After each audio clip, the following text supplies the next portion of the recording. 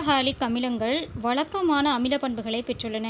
ஹைட்ரோஹாலிக் அமிலங்கள்னா HX. இந்த ஹைட்ரோஹாலிக் அமிலங்கள்லாம் பார்த்திங்கன்னா சாதாரணமாகவே என்ன தன்மை இருக்குதுன்னா அமிலத்தன்மை இருக்குது. ஸோ காரத்தோட போட்டோம்னா என்ன கிடைக்கும்? உப்பு கிடைக்கும். ஸோ ஹைட்ரஜன் ஹாலைடுகளுக்கு சாதாரணமாக அமிலத்தன்மை இருக்கிறதுனால காரத்தோட போட்டால் உப்பு கிடைக்கும். அதே ஹைட்ரோஹாலிக் அமிலங்களை உலோகத்தோட போட்டோம்னா ஹைட்ரஜன் வாயு வெளியேறும். ஹைட்ரோஹாலிக் அமிலங்களை காரத்தோட போட்டோம்னா இதுக்கு சாதாரணமாகவே இதுக்கு அமிலத்தன்மை இருக்கிறதுனால காரத்தோட போட்டோம்னா உப்பு உருவாகும். அதுவே உலோகத்தோட போட்டால் ஹைட்ரஜன் வாயு உருவாகும். புரியுதா ஸ்டூடெண்ட்ஸ்? பாருங்கள், ஈரமான ஹைட்ரோஃப்ளூரிக் அமிலத்தை சிலிக்கா மற்றும் கண்ணாடி பாட்டிலில் நம்ம வைக்க முடியாது. காரணம் என்னென்னா இது கண்ணாடி பாட்டிலை அரிச்சிரும். காரணம் ஏன் கேட்பாங்க ஸ்டூடெண்ட்ஸ். ஈரமான HF அமிலமானது சிலிக்கா மற்றும் கண்ணாடியுடன் விரைவாக வினைபுரிகிறது ஏன் அப்படின்னு கேட்பாங்க. இது ஒரு 2 மார்க் கொஷின். அப்படி இல்லைன்னா HFஐ ஏன் கண்ணாடி பாட்டிலில் சேமிக்கக்கூடாது அப்படின்னு கேட்பாங்க. இது ஒரு 2 மார்க் கொஷின். நல்லா படிச்சுக்கோங்க. இது ஹோம்ஒர்க்கில் இருக்குது. First 2 mark. HFஐ ஏன் சிலிக்கா மற்றும் கண்ணாடி பாட்டில்களில் சேமிக்கக்கூடாது. ஓகேவா?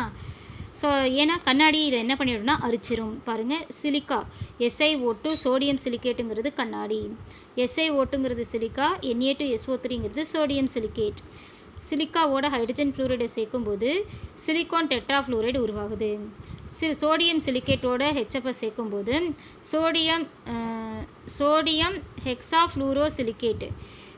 சோடியம் ஹெக்ஸாஃப்ளூரோசிலிக்கேட் உருவாகுது. இதுக்கு பேர் என்னென்னா Na2SiF6னா சோடியம் ஹெக்ஸாஃப்ளூரோசிலிக்கேட் உருவாகுது. புரியுதா ஸ்டூடெண்ட்ஸ்? பாருங்கள், SiO2 கூட 4HF போடுறோம். இங்கே இருக்கிற SIயும் இங்கே இருக்கிற 4 Fம் சேர்ந்து SiF4 சிலிக்கான் டெட்ராஃப்ளூரைடாக மாறிடுச்சு. சிலிக்கான் 4 Fோடு சேர்ந்து சிலிக்கான் டெட்ராஃப்ளூரைடாக மாறிடுச்சு. இங்கே இருக்கிற 4 ஹைட்ரஜனும் 2 ஆக்சிஜனும் சேர்ந்து 2H2Oவாக மாறிடுச்சு. SiO2 4HFன்னு போடுறேன். இங்கே இருக்கிற 4 ஹைட்ரஜனும் 2 ஆக்சிஜனும் சேர்ந்து 2H2Oவாக மாறிடுச்சு. ஒரு SIயும் 4 ஃப்ளூரினும் சேர்ந்து சிலிக்கான் டெட்ராஃப்ளூரைடாக மாறிடுச்சு. அடுத்து sodium silicate Na2SiO3. Sodium silicate எடுத்து HFோட போடுறோம். சோடியம் சிலிக்கேட் அப்படின்னா கண்ணாடி பாட்டில். இந்த கண்ணாடி பாட்டிலில் HFஐ சேர்க்குறோம். அப்படி சேர்க்கும்போது பாருங்கள், இங்கே இருக்கிற Na2Si இங்கே இருக்கிற 6 Fோடு சேர்ந்து Na2SiF6 சோடியம் ஹெக்ஸாஃப்ளூரோசிலிக்கேட்டாக மாறிடுச்சு. அடுத்து இங்கே இருக்கிற 6 ஹைட்ரஜன், கவனிங்க ஸ்டூடெண்ட்ஸ், இங்கே இருக்கிற 6 ஹைட்ரஜனும் 3 ஆக்சிஜனும் சேர்ந்து 3H2Oவாக மாறிடுச்சு. 6 ஹைட்ரஜனும் 3 ஆக்சிஜனும் சேர்ந்து 3H2Oவாக மாறிடுச்சு. புரியுதா ஸ்டூடெண்ட்ஸ்? ஸோ HFஐ ஏன் கண்ணாடி பாட்டிலில் சேமிக்கக்கூடாதுன்னு கேட்டாங்கன்னா இதுதான் ஆன்சர். SiO2வோட நீங்கள் HF போட்டிங்கன்னா சிலிக்கான் டெட்ராஃப்ளூரைடும் நீரும் உருவாகுது. சோடியம் சிலிக்கேட்டுங்கிற கண்ணாடி பாட்டிலில் HFஐ சேர்த்தோம் அப்படின்னா சோடியம் ஹெக்ஸாஃப்ளூரோசிலிக்கேட்டும் நீரும் உருவாகுது. ஓகேவா? ஸோ இந்த மாதிரி கண்ணாடி பாட்டிலில் சேர்க்கும்போது சிலிக்கா மற்றும் சோடியம் சிலிக்கேட்டுங்கிற கண்ணாடி பாட்டிலில் HFஐ சேர்த்தா அது HF கண்ணாடி பாட்டிலை அரிச்சிரும். ஸோ கண்ணாடி பாட்டிலில் என்ன பண்ணக்கூடாது? HFஐ சேமிக்கக்கூடாது. அதே மாதிரி இந்த வேக்ஸ்ன்னு சொல்லுவாங்க இல்லையா, மெழுகு தடவிய கண்ணாடி பாட்டில்களில் நம்ம என்ன பண்ணலான்னா இதை நம்ம சேமித்து வைக்கலாம். HFஐ சேமித்து வைக்கலாம். புரியுதா ஸ்டூடெண்ட்ஸ்? இது ஒரு 2 மார்க் கொஷின். அடுத்து பாருங்கள், ஆக்சிஜன் ஏற்றம்.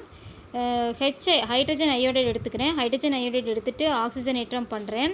அப்படி பண்ணும்போது இந்த 2Hஐ எப்படி பிரியுதுன்னா H+, 2 ஹைட்ரஜன் இருக்கா, 2H+ அயனி 2H+ அயனி தனியாக வந்துடுது. ஓகேவா? நல்லா கவனிக்கணும் ஸ்டூடெண்ட்ஸ். HI அப்படின்னா எப்படி பிரியும்னா H+, I- பிரியும். இங்கே 2Hஐன்னு கொடுத்தா 2H+, 2I- பிரியும். இதில் 2H+ இங்கே வந்துருச்சு. 2I- வந்து எப்படி பிரியுதுன்னா I2 2 எலக்ட்ரானாக பிரியுது. புரியுதா ஸ்டூடெண்ட்ஸ்? 2Hஐ எப்படி பிரியும்னா 2H+ 2I- பிரியும். 2H+ 2I- பிரியும். இந்த 2I- I2 2I- எப்படி பிரியுதுன்னா I2வாகவும் 2 எலக்ட்ரானாகவும் பிரிஞ்சிருச்சு. ஓகேவா ஸ்டூடெண்ட்ஸ்? ஸோ 2Hஐ எப்படி பிரியுதுன்னா 2H+ இந்த 2I- எப்படி பிரியுதுன்னா I2வாகவும் 2 எலக்ட்ரானாகவும் பிரியுது. சரி, இது எளிதாக ஆக்சிஜன் ஏற்றம் அடைகிறது. ஹைட்ரஜன் அயோடைடு எளிதாக ஆக்சிஜன் ஏற்றம் அடைகிறது. எப்படி அடையுதுன்னு பாருங்கள். ஹைட்ரஜன் அயோடைடு எளிதாக ஆக்சிஜனேற்றம் அடையுதுங்கிறது எப்படி தெரிஞ்சுக்குவீங்கன்னா, எலக்ட்ரானை இழக்கிறதுனால இது ஆக்சிஜனேற்றம் அடையுதுன்னு சொல்லலாம். இங்கே அயோடினுடைய ஆக்சிஜனேற்ற நிலை -1, பட் இங்கே அயோடினுடைய ஆக்சிஜனேற்ற நிலை 0. அப்போ -1 0 அயோடினுடைய ஆக்சிஜனேற்ற நிலை அதிகரிக்கிறது. ஸோ இந்த ஹைட்ரஜன் அயோடைடு ஆக்சிஜனேற்றம் அடைகிறது. இது 2 எலக்ட்ரான்களை இழக்கிறதுனால இது ஆக்சிஜனேற்றம் அடையுது. ஹைட்ரஜன் அயோடைடு எளிதாக ஆக்சிஜனேற்றம் அடைகிறதுனால ஹைட்ரஜன் அயோடைடு ஒரு சிறந்த ஒடுக்கும் காரணியாக செயல்படும். ஹைட்ரஜன் அயோடைடு H+I2 2 எலக்ட்ரானை வெளிவிடுறதுனால எளிதில் ஆக்சிஜனேற்றம் அடையுதுன்னு சொல்கிறோம். எளிதில் ஆக்சிஜனேற்றம் அடைகிறதுனால இது சிறந்த ஒடுக்கும் காரணியாக செயல்படும். இந்த ஹைட்ரஜன் அயோடைடை எடுத்து நம்ம இந்த ஹைட்ரஜன் அயோடைடில் 2 சொட்டு ஸ்டார்ச் விட்டோம் அப்படின்னா என்னாகும்னா கருநீல நிறமாக மாறும். காரணம் அதில் இருக்கக்கூடிய அயோடின் வந்து கருநீலம் அயோடின் உருவாவது. இங்கே ஹெச்ஐயில் இருக்கக்கூடிய அயோடின் ஸ்டார்ச்சுடன் சேர்ந்து கருநீல நிறத்தை தரும்.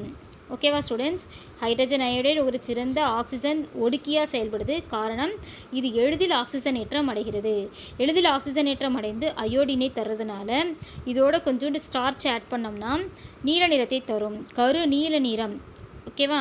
டார்க் ப்ளூன்னு சொல்கிறாங்க இல்லையா, கரு நீல நிறத்தை உருவாக்கும். புரியுதா ஸ்டூடெண்ட்ஸ்? சரி, ஹெச்ஐ உடன் ஒப்பிடும்போது ஹெச்பிஆரை ஆக்சிஜனேற்றம் அடைய செய்தல் மிக கடினமானது. ஹெச்ஐ மாதிரி ஹெச்பிஆர் கிடையாது. ரொம்ப ஸ்லோவாக தான் ஆக்சிஜனேற்றம் அடையும். ரொம்ப கடினமானது. இதை ஆக்சிஜனேற்றம் அடைய வைக்கிறது மிக கடினம்.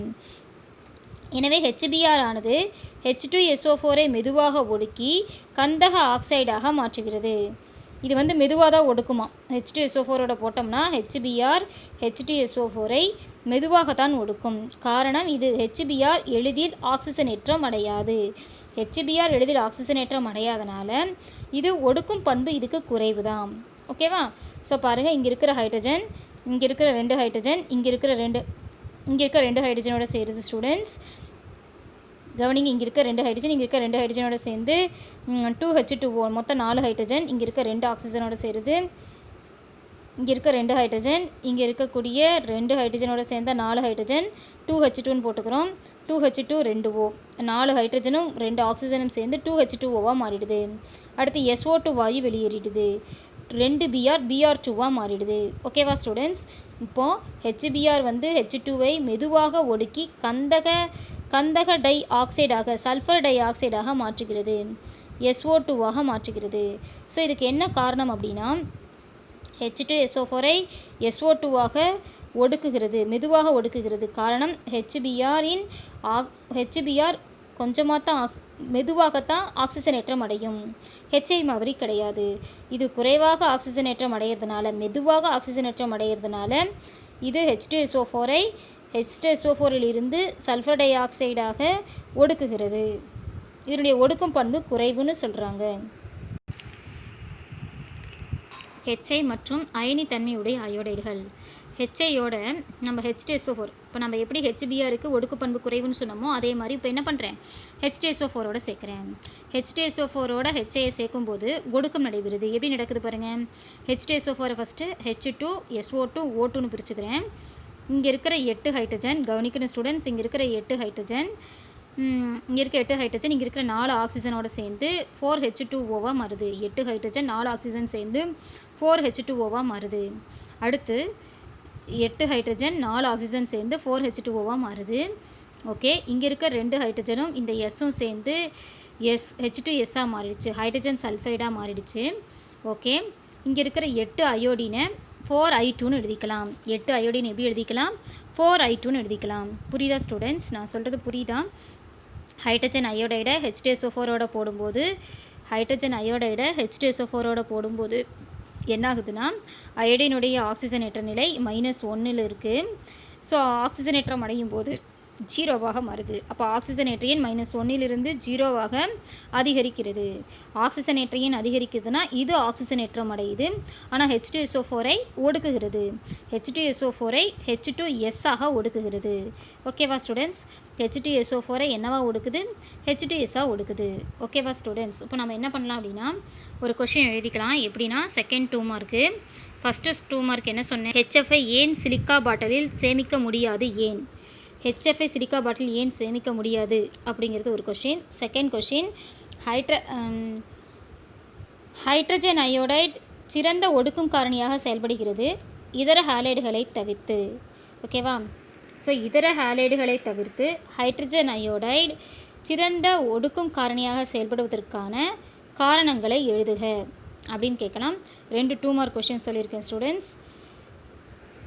ஃபஸ்ட்டு 2 மார்க் மேலே இதிலிருந்து இது வரைக்கும், செகண்ட் 2 மார்க் ஆக்சிஜன் ஏற்றத்தில் இருந்து மேலே அந்த ஹைட்ரஜன் அயோடைடுடைய ஒடுக்கும் பண்பு முடிய பாருங்கள். அடுத்து ஆல்கஹாலை ஈத்தேனாக மாற்றும் வினையில் ஹைட்ரஜன் அயோடைடு பயன்படுத்தப்படுகிறது. எனவே ஹைட்ரஜன் அயோடைடு ஒடுக்க பண்பை விளக்கலாம். ஓகேவா? ஸோ ஹைட்ரஜன் அயோடைடின் ஒடுக்க பண்பை விளக்கலாம். ஸோ ஹைட்ரஜன் அயோடைடு சிறந்த ஒடுக்கும் காரணியாக செயல்படுகிறது இதர ஹாலைடுகளை விட.